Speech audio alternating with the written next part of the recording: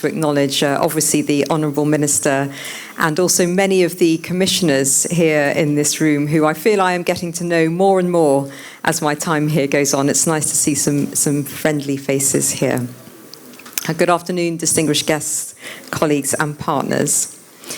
So I always start by saying it's a privilege to join here with you today, and this today is no exception. I really appreciate the moments I have to be able to talk about the things that we are doing here in partnership with the Nigerian government. And I know that I was described, or the UK was just described as a donor. For me, I've never really been a fan of the word donor. For me, it's much more about being a partner, and I think we are moving more and more to being an investor. I see our contributions to the Nigerian development scene as an investor rather than a donor. So I do like to move away from that language if I can. And this is, again, another pivotal moment in Nigeria's climate and development journey. So as we gather today to reflect on the challenges and the opportunities in accessing climate finance, I want to begin by reaffirming the UK government's enduring partnership with Nigeria, and that is one that is rooted in shared ambition for inclusive economic growth, for climate resilience, which is critical to all of this, and sustainable development. And sustainable development is something we talk about a lot, but for me that means I disappear with the best wish in the world, and Nigeria carries on its journey. So this partnership, as I said at the start, is not just about aid or technical assistance. It's about unlocking the full potential of Nigeria's people, Nigeria's institutions, and the markets to drive innovation, to attract investment, and deliver prosperity that is both green and inclusive. And we must be honest about the scale of the challenge. So Nigeria faces an estimated $20 billion annual climate finance gap. That is a figure that dwarfs the capacity of any single partner or any single donor or any development finance institution. And the gap is not just a number. It represents missed opportunities. Missed opportunities for clean energy, for resilient agriculture, for green jobs, and for protecting the most vulnerable communities from really the devastating impacts of climate change. And Nigeria's climate vulnerability, as my esteemed colleague already mentioned, is acute.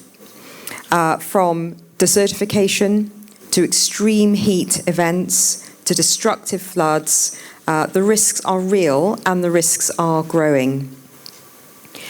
And while national strategies are essential, and they are, it is at the state level where development needs are greatest and where exposure to climate risks are most severe. It is at state level where climate finance must be unlocked and deployed effectively. So just imagine what increased access to climate finance could unlock at the state level. In Jigawa, where flooding has become a tragic annual reality, climate finance could be transformative.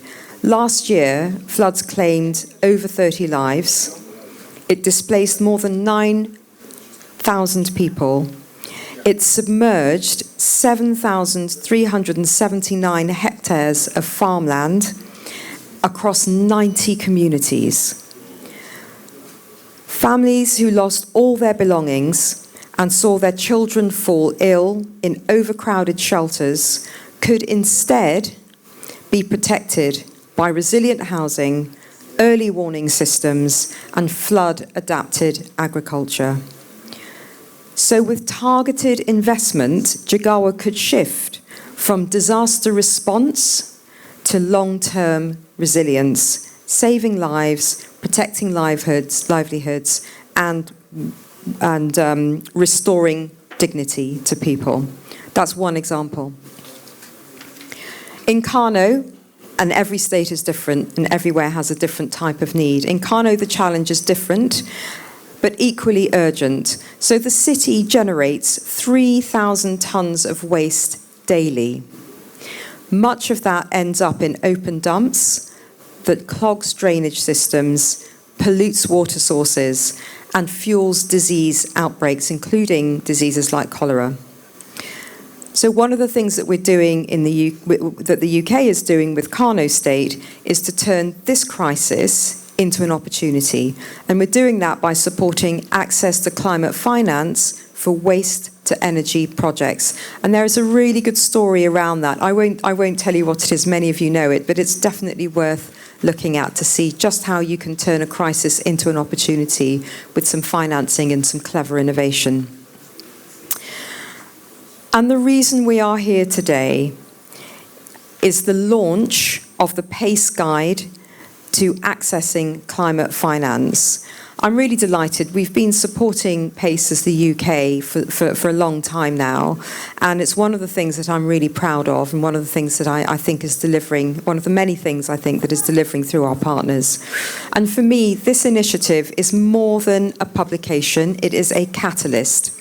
So it connects climate ambition with private sector dynamism, with financial innovation and scalable solutions. In very practical ways, it empowers states and businesses to navigate this very, very complex landscape of climate finance, which is so difficult to access, and it turns those plans into action. And for me, very much, it is the practical that delivers real-life outcomes that matters. My commitment and my focus is to go beyond launches and to go beyond talking and really turn that into something that you have in your hands that will deliver for your own people. We also know that no single actor can do this alone. So strategic collaboration between development partners, between government and the private sector is essential to mobilise climate finance at scale. And Nigeria's scale is massive. I've been here for 18 months and still every day I am astounded by the scale at which Nigeria works. And so scale is really important. And this is how we fuel green growth. It's how we create jobs and how we build long-term economic competitiveness and resilience. And coming to the last but not least ingredient for this is that we must recognise that governance matters. So climate action, effective climate action, requires integrated governance across sectors, and it aligns and needs to align with national priorities and local realities. So it requires the enabling role and the transformative role of the private sector, not only as financiers, but as innovators and as implementers. And it requires international and domestic partners to be more than funders.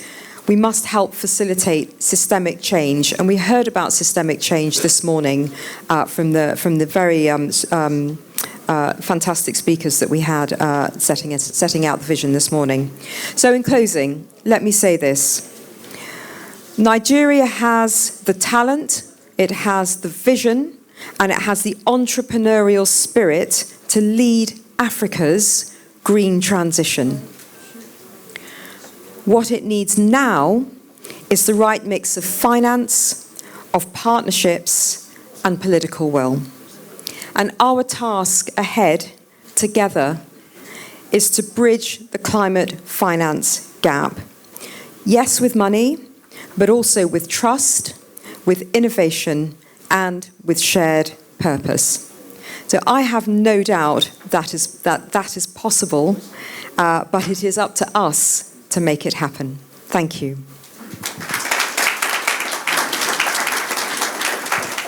Now we're going to go into the keynote address. Please join me in welcoming the Honorable Minister of Finance, Mr. Wale Edun, to speak on why Nigeria struggles to access multi-billion-dollar climate finance, fiscal strategies, and policy reforms from the national. Please, a round of applause. By recognizing the representatives of the executive governors of Niger State, Nasarawa State, and others here present, Your Excellencies, distinguished ladies and gentlemen, it is of course an honor and a privilege to have this opportunity to actually launch the PACE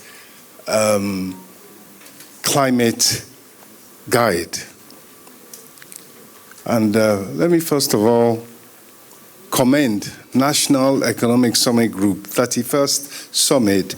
It is a major achievement. It is no joke to have sustained over all these years the effort and the commitment to a public-private sector dialogue to move the economy forward. I've been around a while, so I was at the first Economic Summit, and I'm happy to be here today. But more importantly, there's a big change. When I look around the room, number one, it's a packed house. And I don't think it's because I'm the one speaking. More importantly, it is because I think the young people here today recognize that this is probably the biggest opportunity of their time. And the numbers tell it. The country has changed. The country is no longer a place where you need to have connections, where you need to go and seek out a distortion. In our own time, the best way to get ahead was to look at the fact that there were distortions in the economy and go and attack one of them and do your best to have privileged access under the rules of the day. Now it's a level playing field. Everybody can participate in the opportunities of this economy under the able leadership of President Bola Ahmed Tinubu. And the biggest opportunity of the moment is in climate. We do have an environment that is withdrawing from empathy, is withdrawing from multilateralism, it is withdrawing for help for developing countries. The SDGs, in order to meet them, you need to spend $5 trillion per annum between now and 2030. It won't happen. We know that the $100 billion that is meant to be flowed to the developing countries for climate action that promise has been met in the breach year after year. However, climate spending in 2024, spending on climate action, $2 trillion. So that's where the money is. That's where from our own perspective, I think it was at COP28 when we saw the figures going in this direction. In the Ministry of Finance, we immediately set up a green growth office and facility so that we too could align with where the world was going in terms of financing for development and the type of growth-oriented, job-producing projects that the world was willing to finance. It's no point being on a different page from the rest of the world. So let me just say once again, it is a privilege to have this opportunity to address you today. And I'll just go through a few items that speak to the topic. We know that as we reflect on an issue that touches every Nigerian, we were reminded on Independence Day by the President that the resilience of our people has carried the nation through reforms that have not been easy but have been necessary. And because of that resilience, we do stand today on firmer ground, and as we say, with renewed hope in what lies ahead. We meet at a time when climate change is no longer distant, as we heard from Cynthia, as we heard even from our compere. It is here with us in Makurdi, rising waters displaced families. Sokoto, dry soil test the patience and resilience of our farmers. In Lagos and other cities, floods turn our roads into rivers. These are not just environmental events. They shape the way we eat, work, live, and plan our future. But these challenges, there lies an opportunity to do things differently. We can build our infrastructure with foresight, diversify our energy systems with innovation, and create an economy that protects our people. Climate action is not a burden, it's an investment we need to make. An investment in jobs, in health, in education, in security, and indeed in the well-being of our children. I think I will skip the issue of the metrics of the time, the economic growth and the improving economy, because for those who want a free dinner, I think I will have to cover those topics later today. You're all invited, and I look forward to seeing you there. So let me go to climate finance as a growth strategy.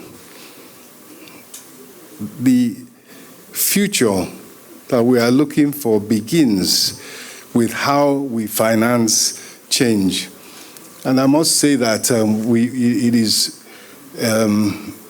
very commendable that PACE UK, the British government, UKID, Ministry of Budget, and the NESG have put this all-important, very topical issue together, and this guide to accessing climate finance, which I have the honor and the privilege, along with others, of launching today. It's more than a document, it's a tool. It will help ministries, private companies, and communities access resources to build resilience and to prioritize green investments. Climate finance is not charity, it is smart capital directed towards infrastructure, innovation, technology, and people, and it will define our future, and that's why I really commend the fact that so many people have turned out to listen and to key into the future of Nigeria and indeed the world, to ensure that we can effectively mobilize the finance that's available. We in the Ministry of Finance have created the Green Growth Finance Coordinating Unit, which will align our climate investments with our fiscal realities as well as our national problems. Of course, the world is moving quickly. In just 5 years, electronic vehicles grew from 2.5% of new car sales to 22%. Solar power, once a niche, now at almost 600 gigawatts a year. These are no longer experimental items. They are now mainstream. Everybody who can switch has switched to solar. Nigeria cannot afford to stand on the sidelines. We must ride this wave. We must not be left behind. And our vision is already becoming real through a number of initiatives, a number of programs that we have embarked on. And of course, number one is an AFDB World Bank initiative, Mission 300. And that is meant to provide 300 million additional connections. People who didn't have electricity, 300 million Africans to have electricity that they previously didn't have by the year 2030. And of course, being at least 1/5 of Africa, Nigeria stands to be the major single largest beneficiary. We have the Distributed Access Renewable Energy Scale-Up as a blended finance facility supported by the World Bank, delivering renewable energy to 17.5 million Nigerians through mini-grids, standalone systems, and MSME electrification in the markets and so forth. Our NDC 3.0 is our most ambitious climate pledge, charting the path to net zero by 2060 with renewable energy, climate-smart agriculture, and clean mobility, of course, electric vehicles and CNG-powered vehicles. We have an initiative in carbon markets, unlocking $2.5 billion in capital and creating over 2 million green jobs by 2030. And it's important to emphasize that the aspect of not just growing, not just having good metrics, but the inclusiveness of giving people's jobs at a time when the world is moving to greater inequality and you can even, as I said earlier, less empathy. By giving people jobs, you are taking them out of poverty, you are including them, and the green growth trajectory has tremendous capacity to provide jobs. We are embedding climate priorities into public finance management through green budgeting, ensuring federal and states reflect our transition goals. And of course, bankable projects. We are strengthening capacity at the ministries, agencies, and state levels to prepare investment-ready proposals. Some of the reasons why the money lies on the shelf is because you don't have investment-ready proposals. And to support this, our Green Growth Unit has been established, as I said earlier, to align fiscal with sustainable, fiscal policy with sustainable development. The guide being launched today aligns with our strategy to improve climate finance capacity and at the national and at the subnational level, both the federal level as well as states and even local governments. And we have pioneered, in terms of blended finance, we have pioneered green bonds to finance renewable energy and afforestation in collaboration with other stakeholders. We're now expanding this program, including at the state level, issuance by states as well as the federal, and exploring credit guarantee schemes, risk-sharing facilities with our partners to attract the all-important private sector capital.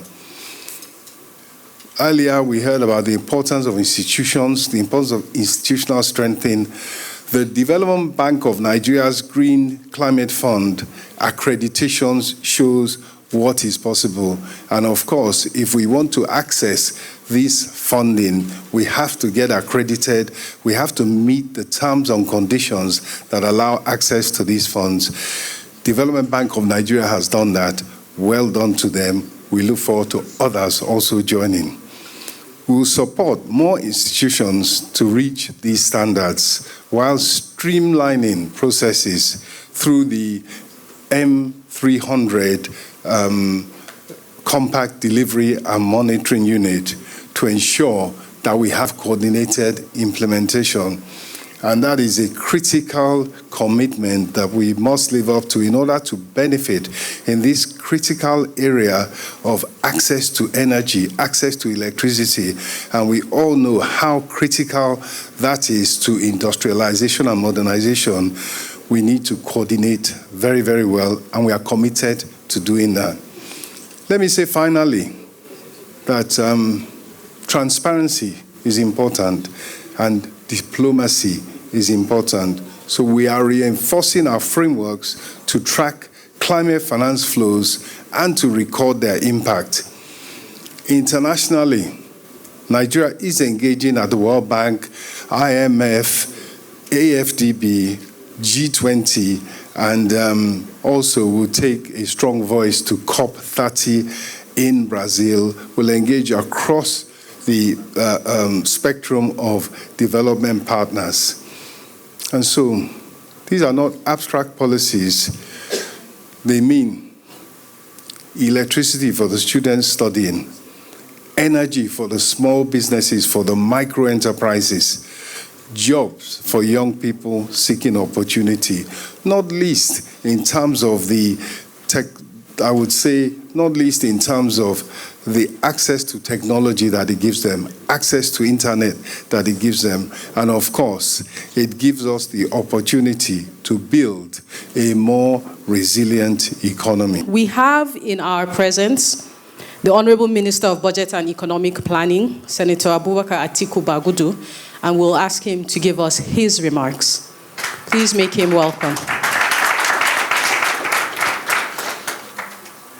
Distinguished participants, I really wanted to come and just listen to part of what is certainly a very interesting topic, and I knew that my senior brother has been here, Wale Edu, and who launched but having come here now,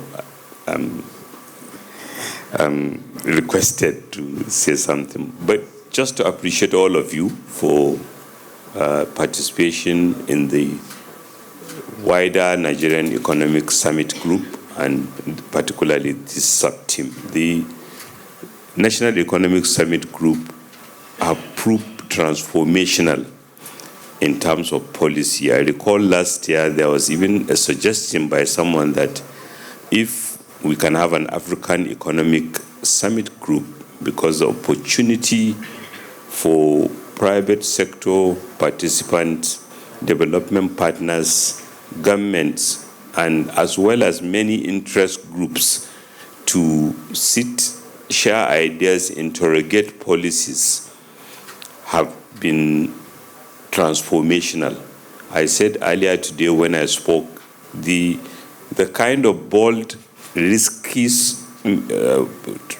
measures that were taken by President Bola Ahmed Tinubu wouldn't have been possible without a broad stakeholder support, like the ones that we received from all partners here, people here, and the private sector, because it was very supportive when the private sector marketed that we needed those reforms.